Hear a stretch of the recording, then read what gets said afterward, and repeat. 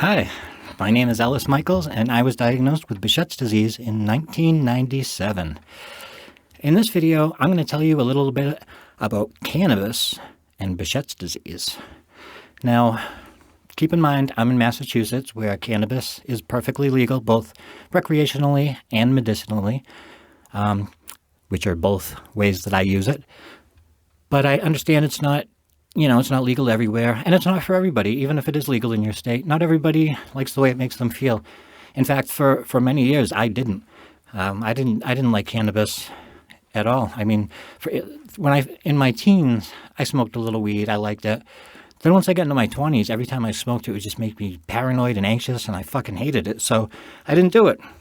But then once I got into my 30s, I tried it again, and it worked great. And I tried it again and again and again, and now I love it. It's been an absolute game changer for me.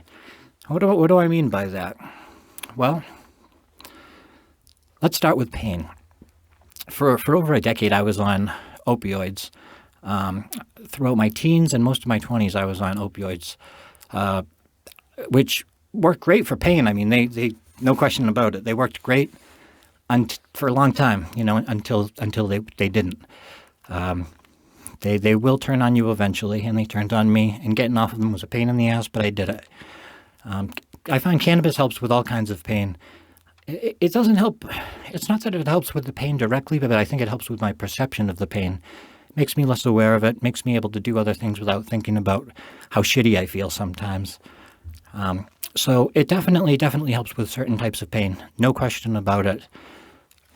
It also helps with my mood. I can be having, I usually don't smoke during the day, only in the evening, but I can be having the shittiest day. It's just a day from hell. And at night, just a little bit of weed washes away those negative feelings, and I can relax. Anxiety is another one. It helps with certain types of anxiety big time. It's just great for all of those things for me.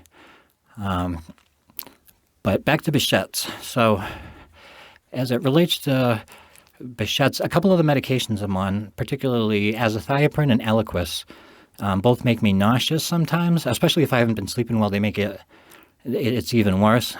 But the weed helps to eliminate some of their side effects, like nausea, reduced appetite, stuff like that, which is great. I've always had trouble getting enough calories to maintain my weight, and weed has just helped exponentially, especially since going on azathioprine and to a lesser extent Eliquis.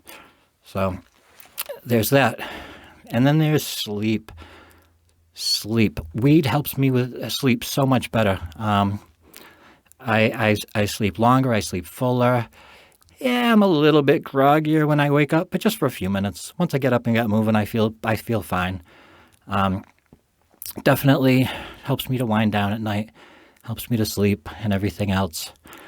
And those are just the medicinal properties. And then, of course, there's the recreational reasons, which is that it just weed just makes you feel good, Makes music sound better, makes food yummier, it makes comedy funnier, it makes life a little bit better, a little more tolerable, a little more cool.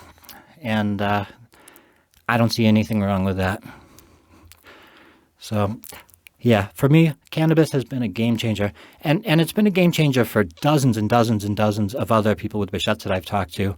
Probably hundreds of people. Behcet's patients across the country use cannabis to help their symptoms and to combat the side effects of the meds that they're on. So it's probably a lot more common than you might think. But again, it's not for everybody. Not everybody likes weed. Some people still have kind of outdated ideas about it from decades of bullshit drug war propaganda. They think that weed is going to make you do crazy shit, or that racist propaganda that weed makes black people, do crazy, rape white women or whatever bullshit they used to use to scare people away from weed. It's all nonsense. It's all nonsense. Like George Carlin said, it's all bullshit and it's bad for you. And he was right. It really is. But, one more thing with weed is that I can exercise more. I can run farther. I could do more cardio. My workouts are more intense. I get lost in my own head in the music, whatever. And I'm able to push myself harder. So that's just yet another benefit for me.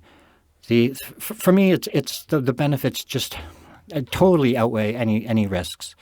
It's great, but again, not for everybody.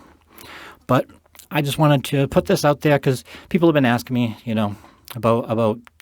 about weed and its effects on with Behcet's disease. So I figured I'd throw that out there for all of you.